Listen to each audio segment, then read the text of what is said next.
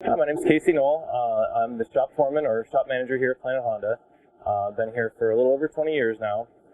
Basically, what we're going to show you today is the process, a brief overview of the process of what we have to do every time we replace a windshield on a newer Honda vehicle that does have the windshield mounted camera. That camera is responsible for many safety features in the vehicle, such as lane keep assist. It also helps in adaptive cruise control. It also works in collision mitigation braking. Lots of safety features revolve around that camera. Anytime the windshield's replaced or the camera is moved, it does need to be re-aimed.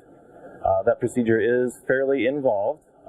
Takes quite a bit of time, roughly about an hour to set up, perform the aiming procedure. Basically what we have to do is take measurements from the front of the vehicle to set up targets for the camera to see. Once that process is done, these are very acute measurements, usually right around 100 millimeters, but it does have to be centered in front of the vehicle. Then from there, we go to the inside of the vehicle, and we used our Honda diagnostic system, laptop-based system to go through and aim the camera. So as you can see, it's a fairly involved process, setting up targets. This isn't something that can be done anywhere else but a dealership. A lot of times, anytime collision repair is done, body shops bring their vehicles to us to be aimed.